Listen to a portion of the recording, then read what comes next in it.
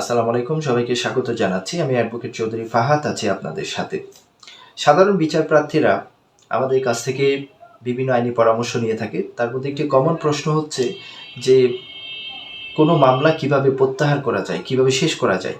যদি কোনো একটি ঘটনা নিয়ে দুটি মামলা হলো, সেই ক্ষেত্রে উভয় পক্ষ যখন আপোষ হয়ে যায় তখন মামলাটি কিভাবে নিষ্পত্তি করা হয়, কিভাবে প্রত্যাহার করা যায়, কিভাবে শেষ করা যায়, এই ব্যাপারে তারা আমাদের কাছে প্রশ্ন করে থাকে। প্রথমত আমাদের জানতে হবে যে মামলা কিভাবে শুরু হয়। একটি মামলা দুই ভাগে শুরু হতে পারে।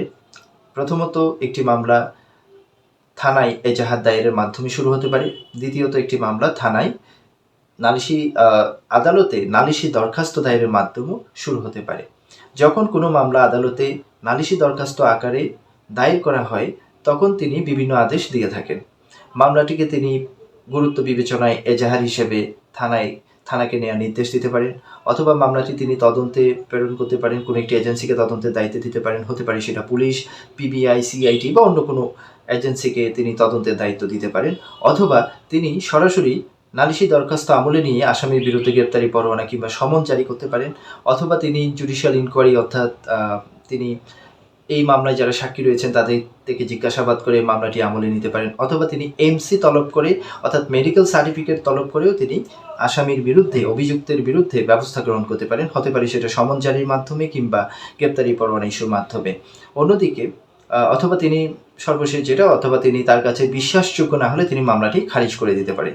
দ্বিতীয়ত যে মামলাটি থানায় দায়ের করা হয় এজাহার হিসেবে, সেই মামলাটি পুলিশ তদন্ত করে রিপোর্ট দিয়ে থাকেন, হয় চার্জশিট দেবেন অথবা ফাইনাল রিপোর্ট, অর্থাৎ আসামির বিরুদ্ধে যদি কোনো অভিযোগের প্রমাণ তারা না পায় তাহলে সেটাকে বলা হয় চূড়ান্ত রিপোর্ট, যেটাকে ইংরেজিতে বলা হয়ে থাকে ফাইনাল রিপোর্ট তিনি দিয়ে থাকেন। তো সেই ক্ষেত্রে যখন দেখা যায় একটি আমাদের কক্সবাজারের পার্সপেক্টিভে যেটা আমরা দেখে থাকি, একটি ঘটনা নিয়ে দেখা যাচ্ছে এখানে দুটি মামলা হয়ে থাকে। উভয় পক্ষ যদি মামলা করে ফেলে, উভয় পক্ষ যদি কারো না কারো স্থানীয় মুরব্বীদের বা প্রতিনিধিদের মধ্যস্থতায় মামলা যদি শেষ করতে চায়, দেখা যাচ্ছে এখানে কিছু জটিলতা দেখা দেয় তখনই যদি দেখা যায় একটি মামলা একটি পক্ষ থানায় দায়ের করতে পেরেছে, আরেকটি পক্ষ থানায় দায়ের করতে না পারার কারণে তারা আদালতে দায়ের করেছে। তো তারা উভয় পক্ষ যখন কারো না কারো মধ্যস্থতায় তারা যদি আপোষ মীমাংসা করে ফেলে, তখন সেই ক্ষেত্রে মামলাটি তুলে নিতে গিয়ে দেখা যায় বিপত্তি দেখা দেয়। কারণ যখন যে মামলাটি নালিশি দরখাস্ত আকারে আদালতে চলমান রয়েছে সেটি প্রত্যাহার করে নেওয়া, সেটি শেষ করা যতটা না সহজ, থানায় দায়ের করা মামলাটি শেষ করে দেওয়া অতটা সহজ নয়। কারণ নালিশি দরখাস্ত, এটা আইনেই বলা আছে, যদি কোনো মামলা সিআর মামলা অর্থাৎ কমপ্লেন রেজিস্টার্ড মামলা হয়ে থাকে, অর্থাৎ আদালতে কেউ যদি কোনো মামলা করে থাকে, তাহলে সেই ক্ষেত্রে বাদী যে কোনো সময় মামলাটি প্রত্যাহার করে নিতে পারে। একটি দরখাস্ত দিয়ে, আইনের সংশ্লিষ্ট ধারায় একটি দরখাস্ত দিয়ে মামলাটি তিনি আপোষ মীমাংসা হয়ে যাওয়ার কারণে তিনি মামলাটি প্রত্যাহার করে নিতে পারে।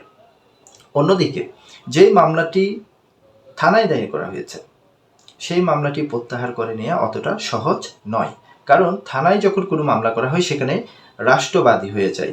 রাষ্ট্র মনে করে যে কোনো দেশে একটি অপরাধ হলে সেটি রাষ্ট্রের বিরুদ্ধে অপরাধ, সুতরাং এটি বাদী হয়ে যায় রাষ্ট্র।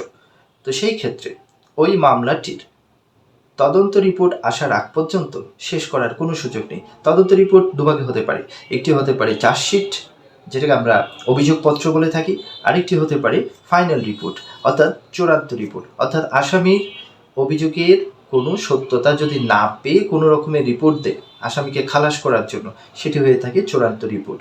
তো যখন উভয় পক্ষ যখন কোনো একটি বিষয়ে মধ্যস্থতা হয়ে যায়, তখন যেই পক্ষটি থানায় মামলা করেছে, যে পক্ষটি আদালতে মামলা করেছে, তিনি বলে আমার মামলাটা তুলে নিলাম, আপনার মামলা তো উঠে যাবে না, আপনার মামলা তো থেকে যাবে, আমারটা তুলে নেওয়ার পরে যদি কোনো কারণে আপনি আপনার মামলাটা তুলে না নেন তাহলে কিন্তু আমরা ক্ষতিগ্রস্ত হতে পারি। তো সুতরাং এখানেই জটিলতাটা দেখা দেয়। অনেকে আমাদের কাছে আসে যে মামলাটা শেষ করে দেন। আমি তখন তাদেরকে বলি যে দেখেন, আপনার মামলাটা কিন্তু থানায় দায়ের করা হয়েছে, থানায় যেহেতু দায়ের করা হয়েছে সুতরাং এটি তদন্ত রিপোর্ট আসার আগ পর্যন্ত শেষ করার কোনো সুযোগ নেই।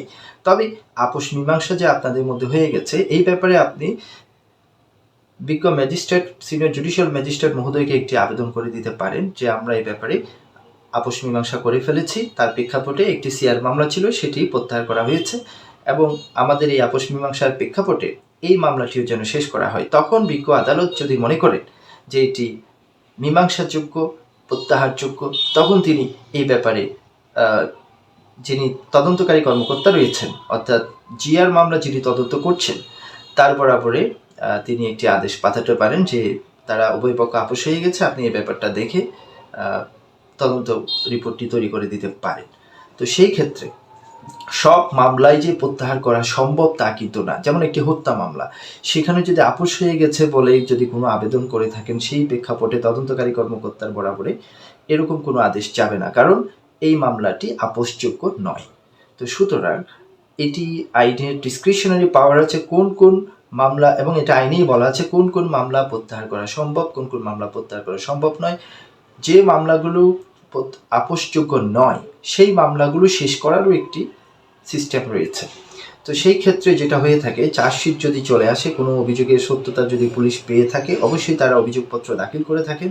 অভিযোগপত্র যদি দাখিল হয়ে যায়, তখন আসামিদের বিরুদ্ধে অবশ্যই গ্রেপ্তারি পরোয়ানা ইস্যু হবে। সেই ক্ষেত্রে বাদী পক্ষের লোকজন আপোষনামা দিয়ে তাদেরকে জামিন করাতে পারেন, এবং পরবর্তীতে মামলাটি চার্জ গঠনের পরে সাক্ষ্য প্রমাণের মাধ্যমে আপোষের সাক্ষ্য দিয়ে তারা মামলাটি সমাপ্ত করতে পারেন। সুতরাং এখানে এই জটিলতাটি বোঝার ব্যাপার রয়েছে যে মামলাটি নালিশি দরখাস্ত আকারে দায়ের করা যাবে, সেটি শেষ করা যতটা না সহজ, থানায় যে মামলাটি দায়ের হয়, অর্থাৎ যেটি জিআর মামলা, সেটি শেষ করা অতটা সহজ নয়।